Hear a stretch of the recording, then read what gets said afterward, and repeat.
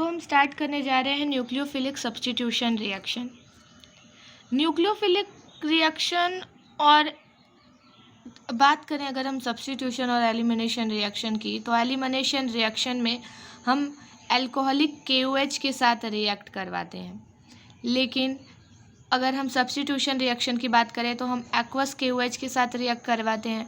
यहाँ पर हमें न्यूक्लियोफिलिक सब्स्टिट्यूशन रिएक्शन पढ़ना है, तो हम एल्काइल हैलाइड को जब हम एक्वस KOH के साथ रिएक्ट करवाते हैं तो हमें अल्कोहल मिलता है।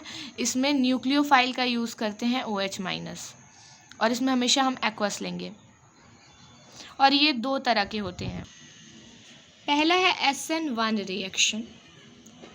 SN1 को हम यूनिमोलिक्यूलर सब्स्टिट्यूशन रिएक्शन भी कहते हैं। इसमें जो न्यूक्लियोफिलिक सब्स्टिट्यूशन रिएक्शन का जो रेट होता है वो सिर्फ एल्काइल हैलाइड के कंसंट्रेशन पे डिपेंड करता है, OH- के कंसंट्रेशन पे यानी न्यूक्लियोफाइल के कंसंट्रेशन पर डिपेंड नहीं करता है। ये रिएक्शन फर्स्ट ऑर्डर होता है, केमिकल काइनेटिक्स में आप लोगों ने पढ़ा होगा, और इसे हम SN1 से रिप्रेजेंट करते हैं। इसका ऑर्डर होता है tertiary, then secondary, then primary, क्योंकि यहाँ पर हम टर्शियरी लेंगे क्योंकि SN1 रिएक्शन टर्शियरी में मोर होता है, देन सेकेंडरी, देन प्राइमरी। अब इसका मेन रिएक्शन देखते हैं। मेन रिएक्शन में हमने यहाँ पर टर्शियरी एल्काइल हैलाइड लिया है। यहाँ पर हमने क्लोरीन लिया है तो हम कह सकते हैं टर्शियरी क्लोराइड लिया है।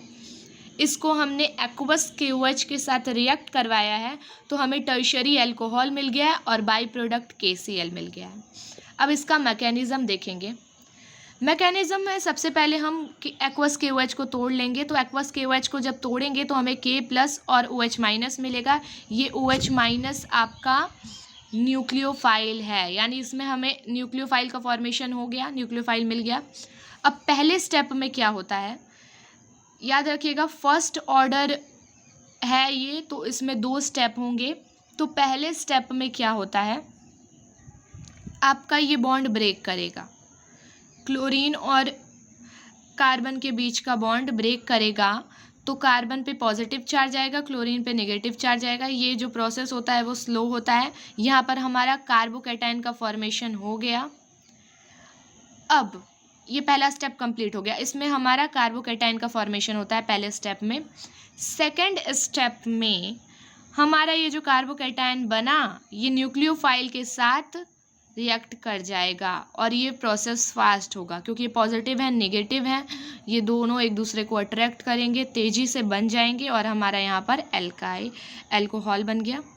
और जो यहाँ K+ बचा था और यहाँ पर जो Cl- टूट कर निकला, ये दोनों एक दूसरे के साथ जुड़ गए और हमारा यहाँ पर KCl बना लेंगे।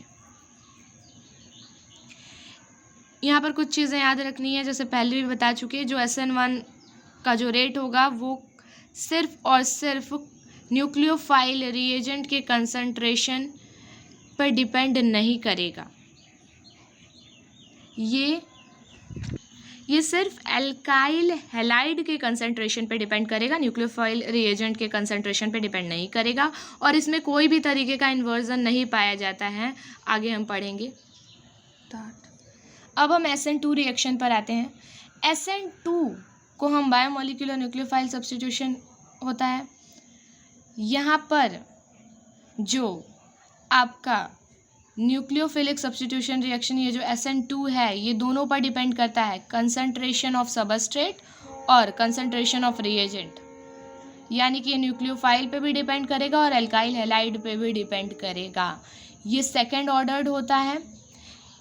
इसका जो ऑर्डर है, सेकेंड ऑर्डर का मतलब है इसमें एक ही स्टेप पाया जाएगा और इसका जो ऑर्डर होता है ये उल्टा हो जाता है, सीधे SN1 का जो ऑर्डर था उससे उल्टा हो जाएगा। पहले हम मिथाइल हैलाइड लेंगे, उसके बाद primary, then secondary, then tertiary. इसका मेन रिएक्शन क्या है, हमने यहाँ पर मिथाइल क्लोराइड लिया है, इसको एक्वस KOH के साथ रिएक्ट करवाया है तो हमें अल्कोहल मिल गया, जैसे हम मिथेनॉल कहेंगे, और KCl मिल गया। यहाँ पर हमने कार्बन एक ही लिया इसलिए मिथेनॉल कहा है। इसका मैकेनिज्म देखते हैं, तो इसमें भी पहले एक्वस KOH टूटेगा K+ और OH- में। यहाँ पर हमारा OH- न्यूक्लियोफाइल है, बन गया।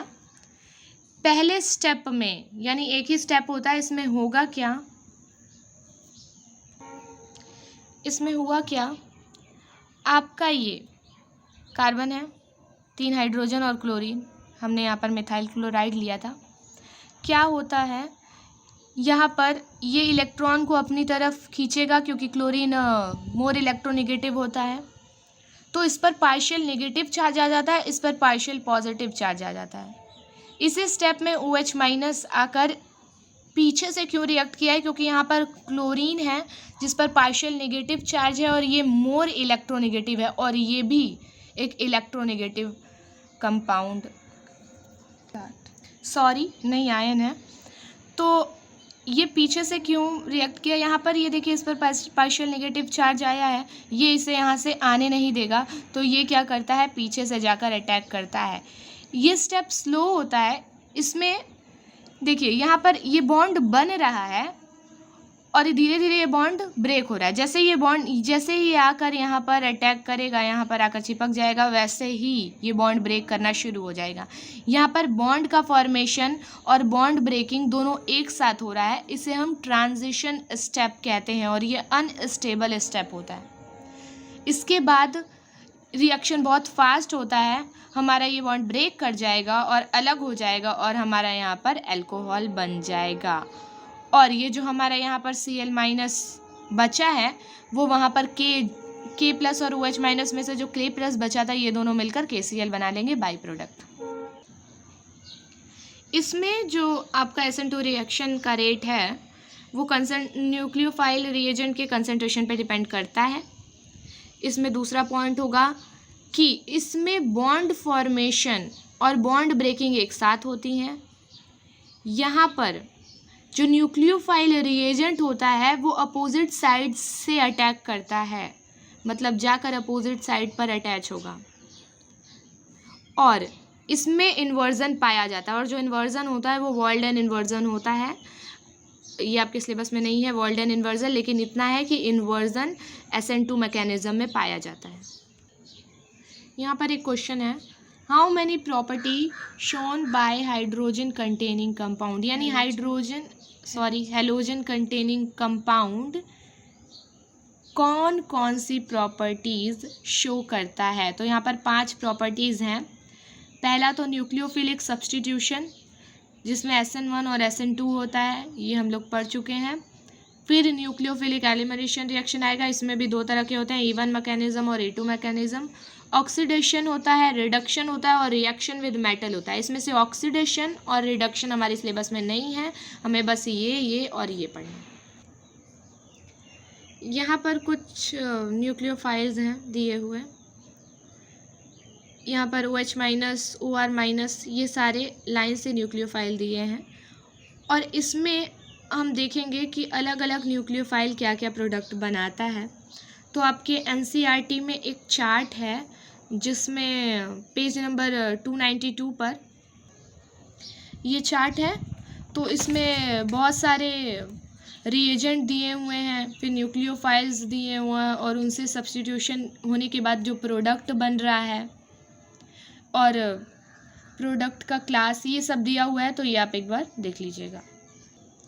यहाँ पर एक पॉइंट और है, एम्बिएंट न्यूक्लियोफाइल्स। तो एम्बिएंट न्यूक्लियोफाइल्स वो न्यूक्लियोफाइल होते हैं जिनके पास 2 न्यूक्लियोफिलिक सेंटर होता है। तो इसमें आपका एक साइनाइड ग्रुप आता है और एक नाइट्राइड ग्रुप आता है। इसमें ये देखिए कार्बन और नाइट्रोजन और यहाँ पे भी कार्बन और नाइट्रोजन है, ये दोनों अलग अलग फंक्शनल ग्रुप है। इसे हम साइनाइड कहते हैं, इसे आइसोसाइनाइड कहते हैं। हालांकि न्यूक्लियोफाइल एक ही हैं, लेकिन इनके जो न्यूक्लियोफिलिक सेंटर हैं वो अलग अलग हैं। एक आएगा तो कार्बन से जुड़ेगा और एक दूसरा नाइट्रोजन से जुड़ेगा।